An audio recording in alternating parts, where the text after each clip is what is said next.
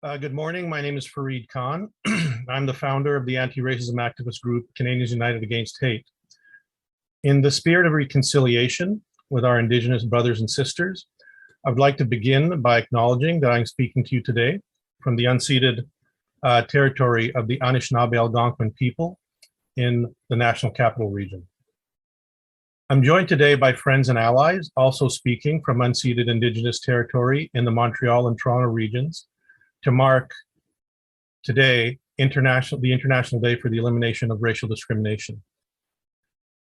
We're speaking today to call attention to the rise of hate, racism, and white supremacy in Canada, and call on the Canadian government to do far better than it has to fight these cancers in our midst, which are affecting the lives of millions of Canadians and also affecting millions of innocent people far beyond Canada's borders.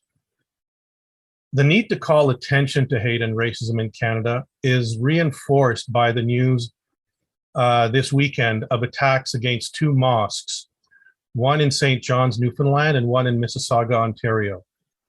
And the release last week of a Statistics Canada report, which said that police reported hate crimes increased by 37% in 2020 to their highest rate ever. And we need to be aware of the fact that the vast majority of hate crimes are not reported to police, so that number is in fact far higher.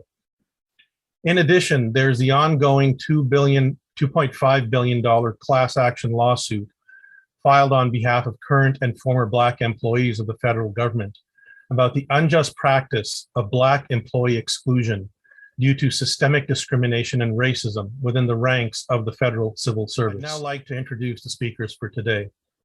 To begin with, regrettably, Professor Sabrina Ghaffar Siddiqui had a work emergency that was unavoidable, and she emailed me early this morning to say that she will unfortunately not be able to participate. Also, we are still waiting on one of our speakers, and hopefully there's nothing happened with him because we have not received any email. So I'll begin by introducing, first of all, Alex Ihama, who is the Executive Director of the Canadian Congress on Diversity, Nur Watad, who is the Director of Media, Campus, and Community Development with Canadians for Justice and Peace in the Middle East, Samer Majoub, who has yet to join us, who is the President of the Canada Muslim Forum, and Rabbi David Mivasair, member of the organization Independent Jewish Voices and a human rights and anti-racism activist. Je commencerai mes remarques en soulignant que nous vivons dans une nation fondée sur le génocide autochtone, l'esclavage, la suprématie blanche et le racisme systémique. C'est quelque chose qui doit être reconnu par les dirigeants politiques et par les Canadiens si nous voulons démanteler l'infrastructure raciste qui sous-tend les principales institutions publiques et privées de ce pays. Et à cause de cette histoire, il n'est pas étonnant que le racisme soit ancré dans l'ADN de cette nation, et c'est pourquoi il doit y avoir un effort beaucoup plus important et plus concerté pour lutter contre la haine, le racisme, la xénophobie et la suprématie blanche sous toutes ses formes. I'd like to begin my remarks by noting that we live in a nation built on Indigenous genocide, slavery, white supremacy, and systemic racism. It's something that needs to be acknowledged by political leaders and by Canadians if we are to dismantle the racist infrastructure that underpins the major public and private institutions of this country. And because of that history, it's no wonder that racism is baked into the DNA of this nation. And it's why there needs to be a much greater and more concerted effort to fight hate, racism, xenophobia, and white supremacy in all its forms. Over the last few years, there have been efforts by the federal government to address hate and racism, but those efforts have been inadequate to the task at hand. In addition, rather than being proactive, these efforts have been reactive in response to incidents like the anti-racism protests arising out of the murder of George Floyd, the discovery of the remains of Indigenous children in unmarked graves at former residential school sites, and the murder of a Muslim family by a white supremacist in London, Ontario last June. Furthermore, there's the issue of racism within government and within the political class. Frankly, racialized and minority communities are sick and tired of seeing racism and prejudice at the political level, despite numerous statements by political leaders that racism has no place in Canada. De plus, il y a la question de racisme au sein du gouvernement, au sein de la classe politique. Franchement, les communautés racialisées et minoritaires ont assez de voir le racisme et les préjugés au niveau politique, malgré les nombreuses déclarations des dirigeants politiques selon lesquelles le racisme n'a pas sa place au Canada. Such political platitudes are useless without decisive actions to fight racism, without leadership at the national level to implement a Canada-wide anti-hate strategy, and without actions to eliminate any hint of racism from within public and government institutions. The latest example of racism at the national level was played out during the trucker protests and occupation of Ottawa in February. It's a prime example of the apathy of government to deal with racists and white supremacists. The promoters and organizers of the protest had a history of publicly promoting racism, Islamophobia, anti-Semitism, and its incitements to racial violence. They called for insurrection in their online manifesto, and white protesters paraded around with Nazi symbols, Confederate flags, and hateful messaging. Yet political leaders and police allowed them to take a city hostage. In addition, they were supported, encouraged, and enabled by current Conservative leader Candice Bergen, MP Pierre Poilievre, and other Conservative MPs who were only too happy to give political legitimacy to these promoters of hate. Had the protest been organized by Indigenous or Black people, I can safely say that the full force of the law would have come down on them very quickly. These actions were the latest in a series of incidents where political leaders tolerated and enabled hate. Another example is Quebec's Bill 21 Secularism law, a blatantly racist law that has targeted racialized religious minorities by violating the charter rights of Muslims, Jews, and Sikhs for the past 3 years. Federalist Party leaders have done nothing to challenge it, with Conservative leaders saying they would not intervene to oppose the law, and NDP leader Jagmeet Singh saying if he were Prime Minister, he would only intervene if it got to the Supreme Court. Racism is also evident in Canada's response to Russia's war on Ukraine and the government's actions to deal with the flood of Ukrainian refugees, when compared to how the government responded to Canada's Afghan allies who were fleeing the Taliban takeover of that country or other international conflicts where the victims are not white or Christian. Le racisme est également évident dans la réponse du Canada à la guerre de la Russie contre l'Ukraine et les mesures prises par le gouvernement pour faire face à l'afflux de réfugiés ukrainiens par rapport à la façon dont le gouvernement a répondu aux alliés afghans du Canada qui fuyaient la prise de pouvoir des talibans sur ce pays ou d'autres conflits internationaux où les victimes ne sont ni blanches ni chrétiens. If political leaders want to live up to their claims that they oppose racism and want to fight hate, they need to do far better than what they've done to date. So once again, as we have done for the past several years, Canadians United Against Hate is calling on the federal government to lead and manage an aggressive and publicly visible national strategy to counter hate, racism, and white supremacy across Canada, including in political discourse, in print and broadcast media, and particularly on social media platforms and the internet, and that sufficient funding be provided on an annual basis for this initiative, and that it be coordinated with provincial governments. As part of this, all Canadian government policies need to be examined through an anti-racist lens, the same way that the government has adopted a proactive feminist approach to government policy and looking at government policies through a feminist lens. We're also recommending that the federal government put in place legislation to tackle hate on all social media, web hosting, and web service providers operating in Canada, regardless of whether their headquarters are located outside Canada, and that financial penalties be levied on companies which allow their platforms to be used to promote hate commensurate with that company's revenues. We also believe that the government should lead by example to undo systemic racism in society. Therefore, we are again recommending that the federal government implement a policy to diversify the top tiers of federal agencies, boards and commissions, and crown corporations by ensuring that the boards of directors of these government institutions and senior management reflect the ethno-racial diversity of Canada, and that this be mandated through federal legislation or regulations. These are just 3 of the 17 recommendations contained in a submission that was sent to the Minister of Diversity and Inclusion last summer, which I believe is not being taken seriously by the government. I say this because beyond an acknowledgement noting that they received our submission, there has been no further communication with government on this file. The truth is that the Canadian government needs to take a more aggressive approach to fighting hate and racism in Canada than it has to date. Because if not now, when? And if not, then why not? Canadians are watching, and we will hold political leaders to account for their failures on these critical issues that are affecting millions of lives in Canada and overseas. That concludes my remarks, and I will now ask Alex to speak. Well, thank you very much, Mr. Farid Khan, certainly for this media platform and for your passionate opening. I have a very few minutes to express mine. So I'll just say, to commemorate the International Day for the Elimination of Racial Discrimination, I want to pay homage first and foremost to the thousands of Indigenous children who were murdered in the residential school system. Pay homage to the thousands of Indigenous people who are still fighting to have drinking water here in Canada.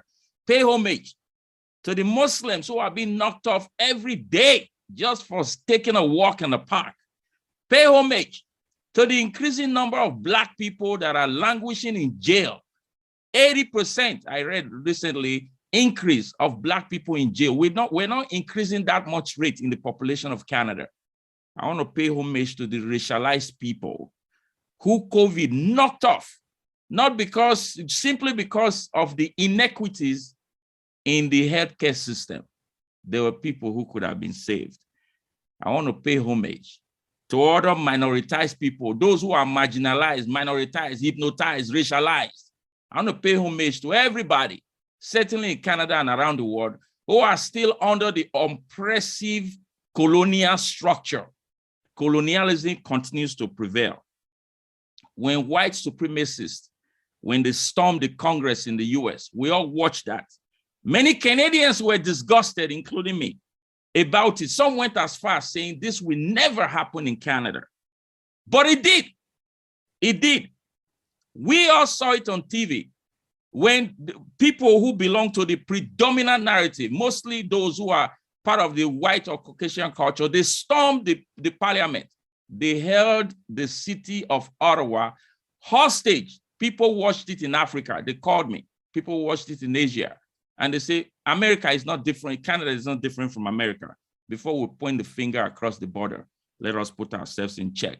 On this very day of the International Day for the Elimination of Racial Discrimination, I recall the Prime Minister saying on TV, I saw it, I was furious.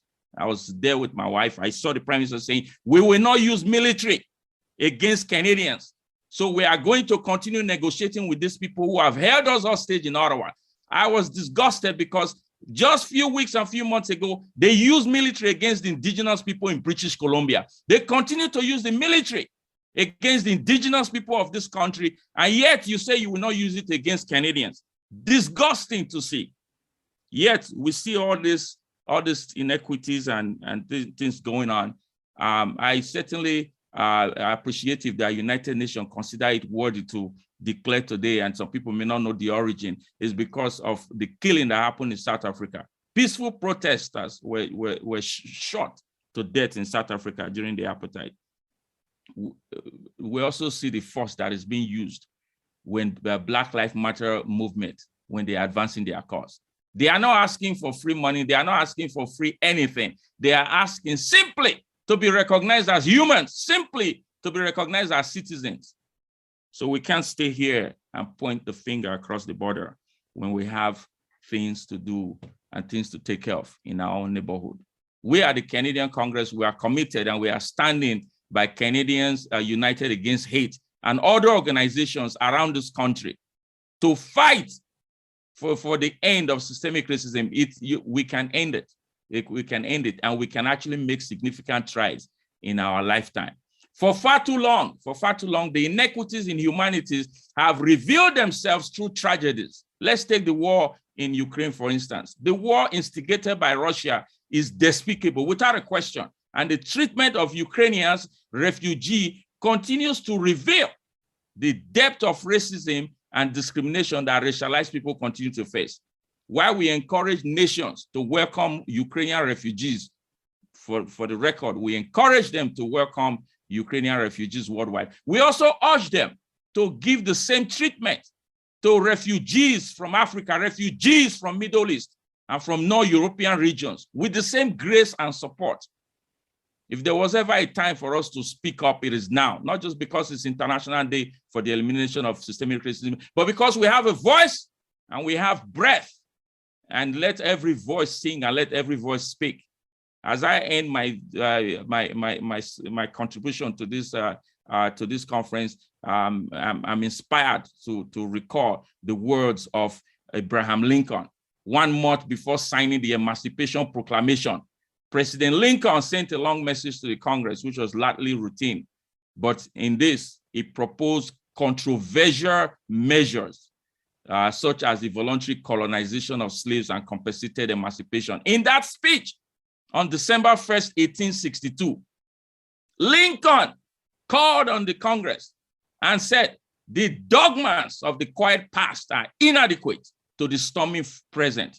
The dogmas, he said, of the quiet past are inadequate to the stormy present. The occasion, Lincoln said, is piled high with difficulty, and we must rise with the occasion, as we are doing here today. As our case is new, Lincoln continued, so we must think anew and we must act anew. We must disenthrall ourselves.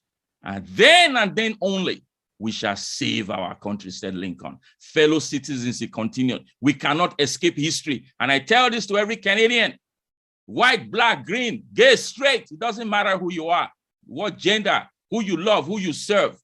Fellow Canadians, we cannot escape history. We of this Congress, use leveraging Abraham Lincoln's words here, and this administration will be remembered. Every Canadian will be remembered in spite of ourselves. No personal significance or insignificance can spare one or another of us.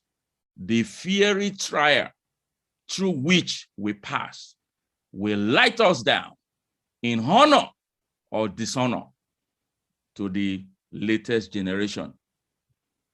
In the words of Edmund Burke, the only thing necessary for the triumph of evil is for good people to do nothing. So I applaud the Canadians united against hate. I applaud the CTV news and all this news, media news here to begin to look at even life events and news events from the eyes of equity and diversity, because that's what we stand for. Equity and diversity is not going anywhere. It's part of humanity and part of creation. Thank you for having me. Thank you very much, Alex. And it's very difficult for anybody to follow that act, but it is now left to Nur Watad to make her remarks. Good morning, everyone. My name is Nur Watad, and I'm the Director of Media, Campus, and Community Development for Canadians for Justice and Peace in the Middle East. Before I start, I want to acknowledge that I currently reside on the traditional territory of the Atawadaran, Anishinabeg, Haudenosaunee, and Lenape people of Southwestern Ontario. CJPME will make the following statement.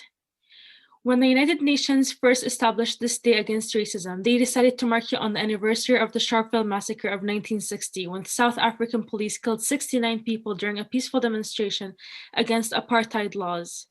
Although South Africa's system of apartheid has long since ended, groups including Amnesty International and Human Rights Watch have recently concluded that Israel also practices apartheid against the Palestinians. The parallels of injustice are clear, but sadly, the government of Canada has responded to each situation in radically different ways. While many Canadians are proud of the role that Canada took to oppose apartheid in South Africa, Canada today refuses to take any action against apartheid in Israel and is completely unwilling to even engage with the work of human rights organizations on the ground. Instead, Canada has grown closer to its bilateral ties with the Israeli regime and has condemned activists who speak out against Israel's racist policies. This is not something that we can be proud of, for it reveals a profound double standard in Canada's foreign policy. As a Palestinian Canadian born in Jerusalem, Palestine, with strong ties to Palestine, I cannot even count the ways in which Canada falls short in protecting me from the anti-Palestinian racism here, and fails to uphold the rights of Palestinians in Palestine, Israel. This moment also provides an opportunity to reflect on Canada's refugee policies and the way that we tend to respond differently to different populations. We have seen Canada offer to accept with open arms unlimited Ukrainian refugees who are fleeing Russian aggression. In this way, we show tremendous empathy and compassion. This is completely necessary and commendable, but the question must be asked: why have we been unable to extend the same support for refugees outside of Europe, including Afghanistan, Syria, Iraq, or Palestine? Surely we have capacity to welcome any asylum seekers fleeing conflict and strife, regardless of where they come from.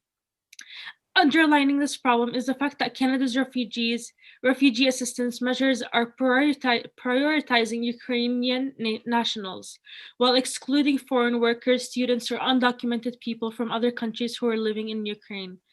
There should be no distinction in our assistance to refugees, all of whom are fleeing the same war. We know well that these struggles against racism and discrimination are not happening in isolation, but that our movements must be intersectional and connected. CJPME expresses its solidarity with all movements for racial justice, including Black Lives Matter, Indigenous land defenders, and migrant workers.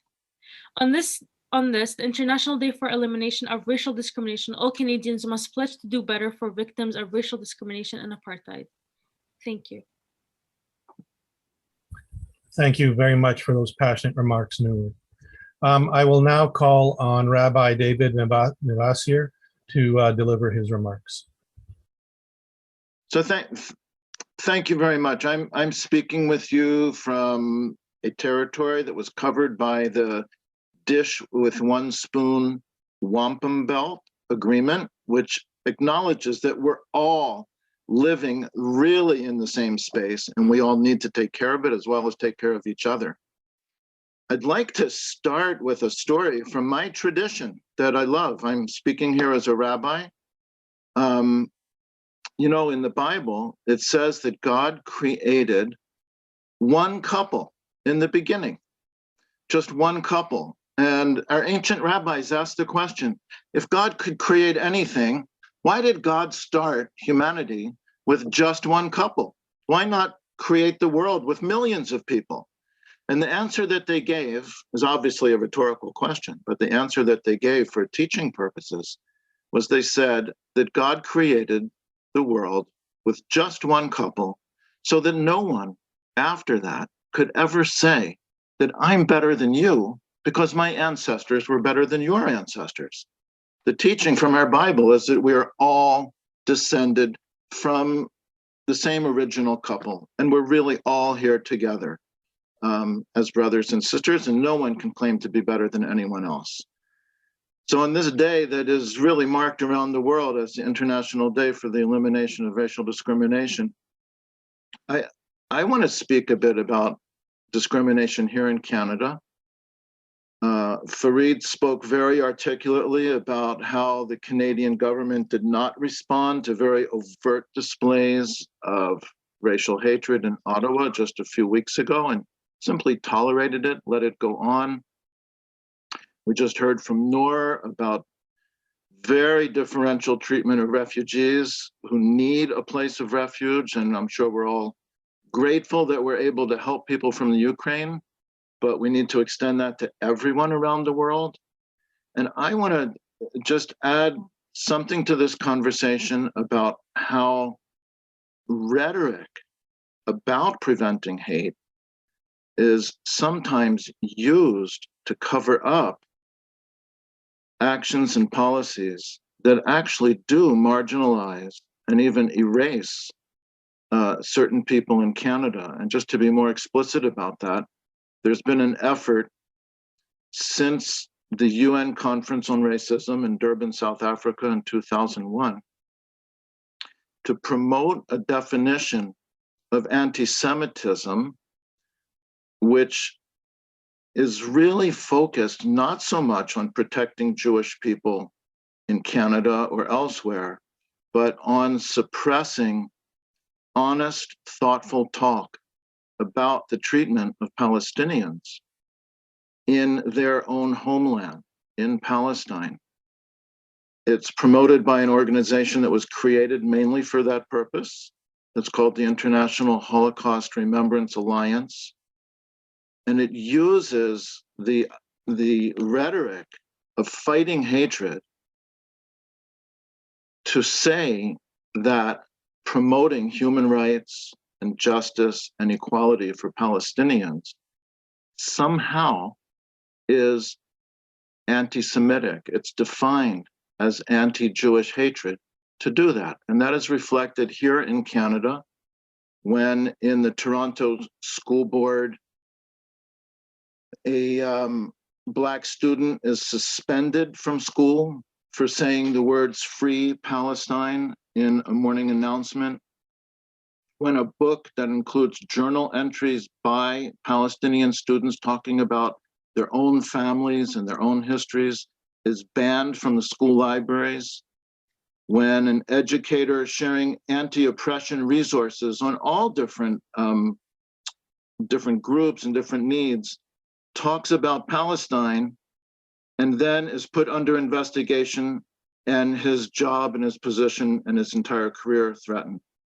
When a student comes to class wearing a keffiyeh, which is a traditional Palestinian scarf, and is told they must either remove it or get out of class. But at the same time, students can come to class wearing T-shirts from the Israeli military, and they're perfectly welcome in class. When this goes on, that's a manifestation of hatred, an attempt to suppress and actually erase people's identity and people's own lived experience. And it's being done in Canada under the guise, deceptively, of protecting Jewish people in Canada from some kind of anti-Jewish hatred. So I want to bring that to people's attention. There's, I think, a very deceptive attempt to have this adopted by different levels of government, from our federal government to provincial governments, municipal governments, and other institutions that actually have quite a lot of power over people's lives, universities, library systems, and so on. And I think everything else I might have said here today has already been said quite well by one of the speakers that came before me. So I just want to thank media for coming and giving your attention to this issue, which is not over. It's an ongoing issue. And I want to thank Fareed for organizing this for us today. Thank you very much, David. Chrissy, I don't notice Samer in the room. Okay, that's unfortunate. I haven't received an email for him. Given that, I think, Chrissy, I will let you now open the room to questions from the media. Thank you. I'll bring our speakers back to the front. And media, if you have any questions for any of the speakers, if you can raise your hand and I will call on you to unmute and ask your question. And if you can identify yourself and your outlet, as well as if the question is for all four of the speakers or if there's a particular person. So I'll look for raised hands.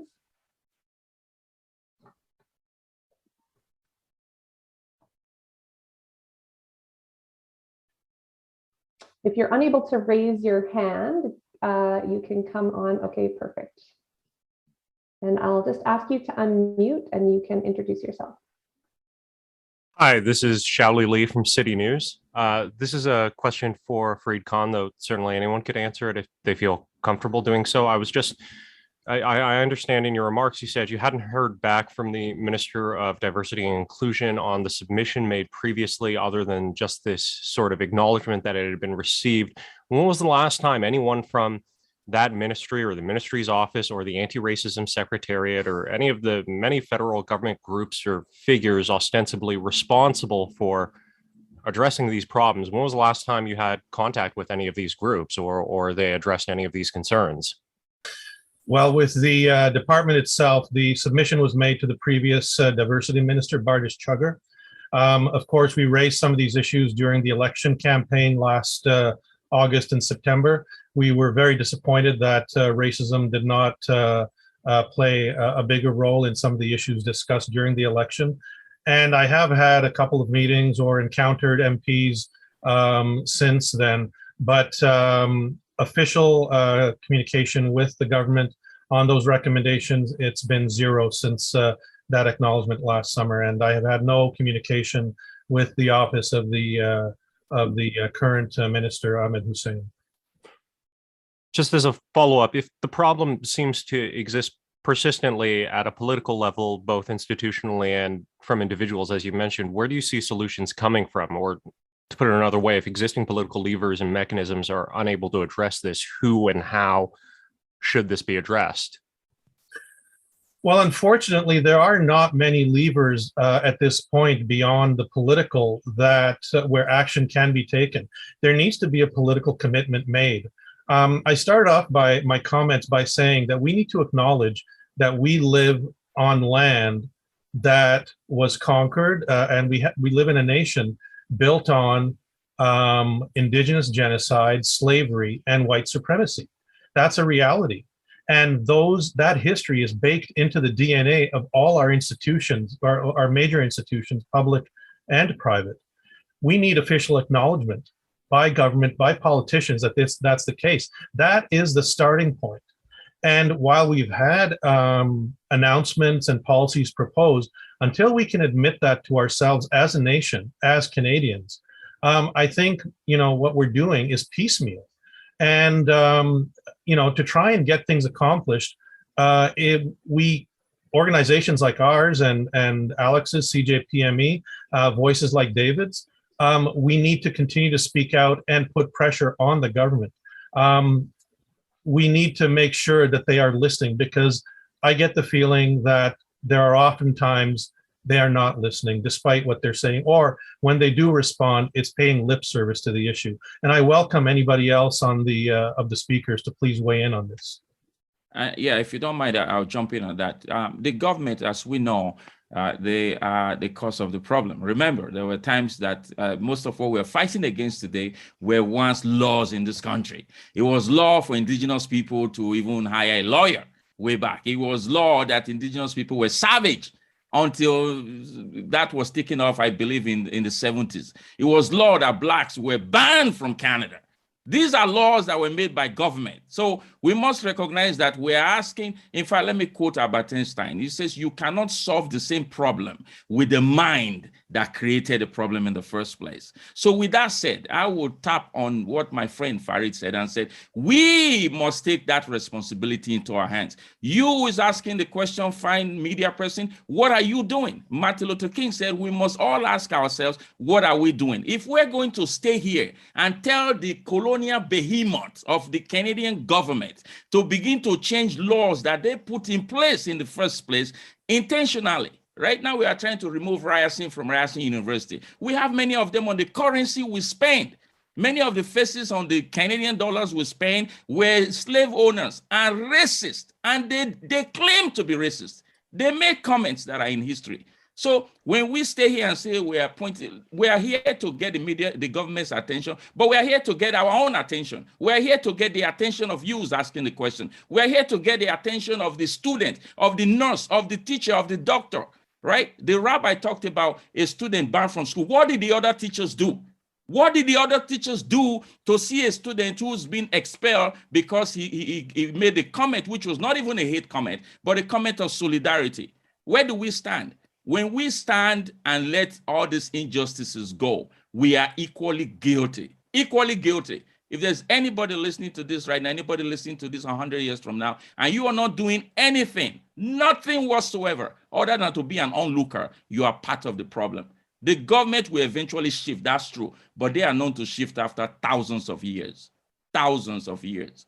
So the question should be less of what the government is doing, as Martin Luther King said, or even JFK said it. It's not what your country can do for you, it's what you can do for your country. So we thank Farid and his organization for putting this up. We at the Canadian Congress, we put up events all throughout the year. We did Indigenous events, women event. We are educating people, making every effort to increase education and awareness. Keeping in mind that the books used in school are abbreviated. They are racist. The books don't talk. Black history did not begin with slavery. Blacks flourished way before the Europeans visited Africa. It's documented. The pyramids in Egypt, right? We just yesterday, I knew of a book called the Black Dollar, talking about Black Wall Street in the US. So, but today when you talk of blacks, they talk of slavery. That's untrue. We flourished way. My grandfather, frankly, I have documented history, was a timber merchant, exporting timber to UK before the Queen ever visited Africa.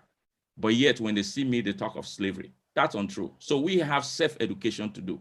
The government will come later, but let's educate ourselves first. Thank you, Alex. We have another question. Erica Ibrahim. Rabbi, sorry, Chrissy, Rabbi David, did you want to respond also on the previous question? I think enough was said, actually. Okay. I could add one quote, just one quote that Alex just made me think of, that Rabbi Abraham Joshua Heschel, who was born and raised and educated in Germany and fled and found refuge in the United States, later said that living in a democracy, not all are guilty, but we are all responsible for the decisions of our governments. So I appreciate, what Alex just said about really all of us in every different position in society, in our lives. We may not actually be the perpetrators of racism and hatred, but we are responsible for what our society does, as long as we have any position of any influence to do anything. We need to each find our own place in that mix and do what we can do. So thank you. Yes, and quickly, I'll jump on this for the media. I'm not sure which of the TV station, a program like Law and Order. Everybody kind of knows Law and Order. It's a show, there's a crime scene, there's investigation. I love it.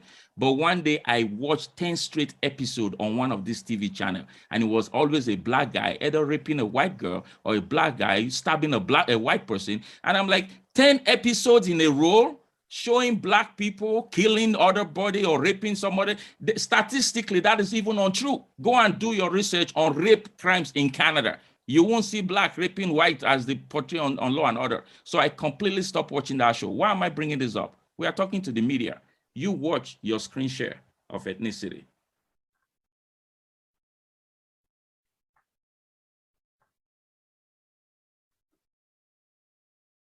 Hi. Yes, hello. Thank you so much for taking questions today. My name is Erica Ibrahim with the Canadian Press. When events like the convoy in Ottawa take place, in which predominantly white figures lead the movement, some with histories of racist organizing, what sort of government response would you applaud? And that can go to whoever would like to answer. I'll begin. Well, I think that we in Ottawa, we see hundreds of protests every year. The vast majority of those protests are peaceful. People come, they make their statement, they call attention to the cause that they are advocating, and then they return peacefully to their lives. Rarely do we see violence at protests that take place in Ottawa. However, the protest that took place and the occupation of Ottawa that took place in February this year was founded on violent ideas. The organizers of that protest were known advocates of hate. They had incited racial violence in public statements in the past, including one of the protesters or one of the protest organizers who said that this will end in bullets. So when you have someone like that organizing a protest, and this was not something that came out of the blue, it was known beforehand. The records of the people who organized the protest were known beforehand. They were known racists, Islamophobes, anti-Semites, and they put forth a manifesto which was posted online, which called for the overthrow of the Canadian government, the violent overthrow of a government that had only been elected a few months earlier. If the people who had been organizing that protest had been Black, if they had been Indigenous, if they had been a community of color, I have no doubt that the full force of the law would have come down heavily on them. Okay. And when people, as a form of political protest, advocate violence as these people were advocating, then I think it is justifiable that there is a justice solution to the people organizing the protest. But not only were these people advocating violence and overthrow the government, they were also promoting this myth of white genocide, which is absolutely ludicrous. The fact that because we are becoming a more racialized society, we are accepting more immigrants, that is a existential threat to the white majority in this country. When you have those sorts of voices delivering that sort of message and calling for the overthrow of government, I think it's incumbent on the authorities to say, no, you come and make your statement as you are allowed to under the Charter of Rights and Freedoms, but beyond that, you get no more. And so what we saw was basically the response of the political leadership of this city, this province, and this country giving in to white supremacy, giving in to racism, giving in to hate. And as far as I'm concerned, and I think that a lot of Canadians, that was unacceptable.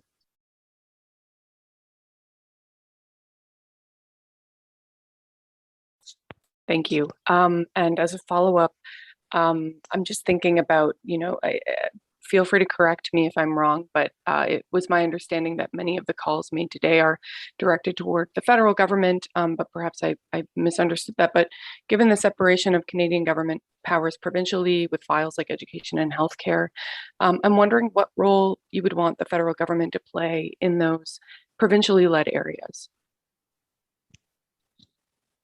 Sorry, is that directed to me? Honest to whomever would like to take it and feels comfortable responding. Thank you.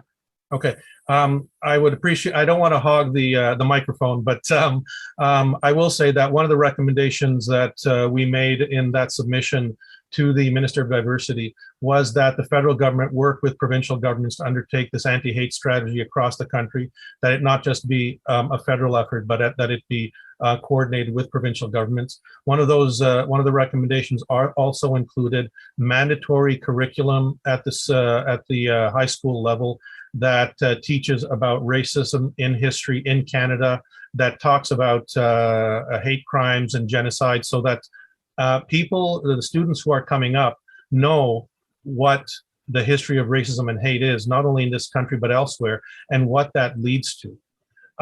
There are roles for the provincial governments to play. Just recently, the government of New Brunswick appointed a commissioner on systemic racism. I think that's a very unique approach to trying to deal with racism, and maybe that should be considered not just in other provinces, but at the federal level as well.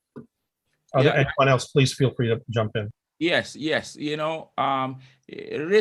is the outcome of miseducation, right? It's the outcome of ignorance. And of course, you can add greed and other things to it. We must understand that this is not about white or black. The concept of racism started, it was a social, economic, political construct. It was a group of white slave owners in Virginia in the US who came together and said, let's form this group against the rising forces of indigenous people and the black slaves. So at that time, Jews were not considered white because there were times you see no black, no Jews, no dogs. Italians were not considered white. Irish were not considered white. Why were they not considered white when they had the white skin color? It's because they did not have the socio-economic power to be considered white. Over time, the Jews have risen up. The Italians have. The Irish have. But there have been some systemic barriers which have been legislated against the rise of black people economically.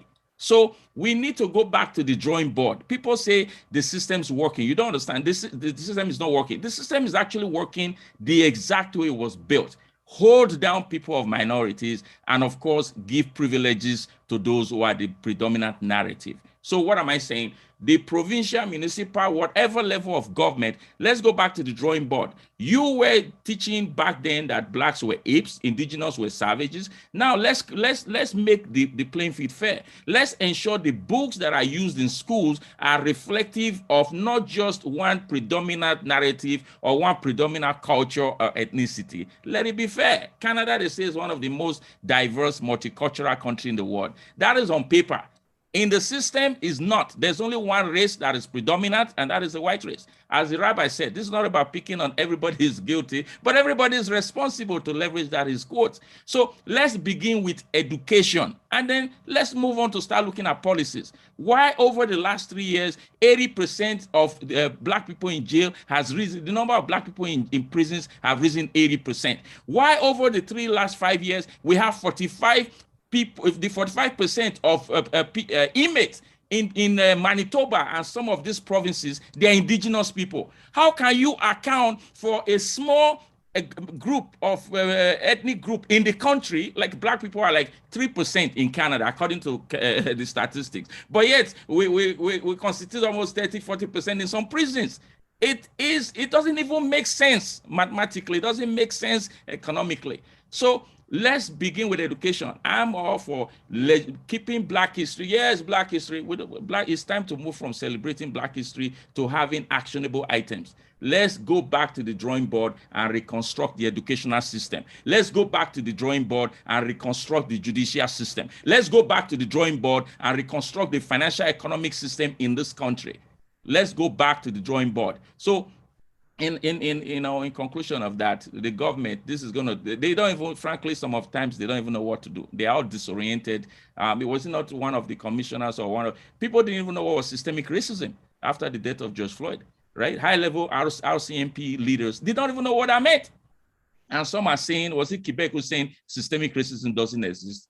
These are people that are frankly uneducated. The fact you have a university degree doesn't make you educated. To leverage Nelson Mandela, education is not about what they teach you in the 4 walls. It's literally reflective of common sense. Common sense.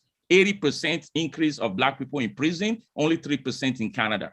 That doesn't make sense. Indigenous people, 40% in prison, and they don't represent up to 5% of the Canadian population. It doesn't make sense. So there's a role for everybody to play. But again, it begins with you and I. I would just like to add that, there is a relationship, obviously, despite separation of powers and constitutional authority, there are relationships between both the federal and provincial governments. And it is incumbent on the Canadian government to defend the rights of all Canadians, regardless of where they live. I briefly mentioned Quebec's Bill 21, secularism law. We've had politicians say, well, this is within the right of the provincial government to pass such laws. We've heard politicians say, well, a majority of people in Quebec support it. Well, just because a majority of people in the province support a law does not make it moral or justifiable. Slavery was once considered legal, and a majority of people supported it. Denying rights to the LGBTQ community was once considered acceptable because a majority of people supported it. Denying voting rights to women was once considered acceptable because a majority of people supported denying women the vote. This is not morally defensible. And while there are separation of laws, there are morals which cross all boundaries. And it is incumbent on the federal government to defend those rights, regardless of whether certain things are within federal jurisdiction or not. So, one of the things we're calling out today is the fact that the federal government has been woefully inadequate in its response to addressing racism and hate. And one of those manifestations of racism are things like Quebec's Bill 21. And we need federal leaders to come and call it out. In addition, we've seen manifestations of racism, as both David and Nur mentioned. We've seen manifestations of racism in Canada's foreign policy. Now we don't have, we can't control what other governments do, but it's incumbent on a government that claims to say that it is against racism and racism has no place. It is incumbent on on the government and those politicians who say that to actually speak out. When you have, for example, genocide taking place in China against the Uyghurs, not only do you have to speak out, you have to take action.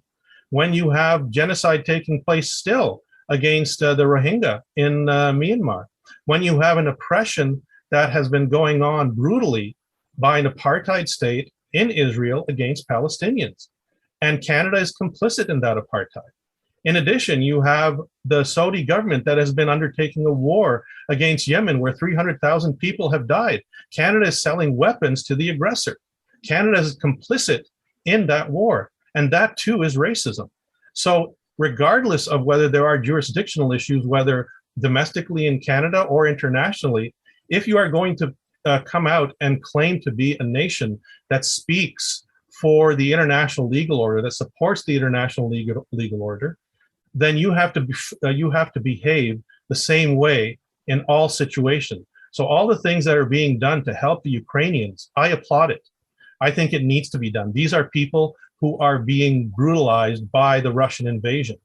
We have undertaken sanctions in a way that we have never undertaken against any nation. So it seems that boycott, divestment, and sanctions is good when we're undertaking it against Russia, but we hear the government say, no, it's bad when we call for it against Israel, and in fact, it's anti-Semitic. So why are tools okay, all these international tools okay to be used against this one nation in this aggression against the Ukrainians, but they're not okay to be used against others?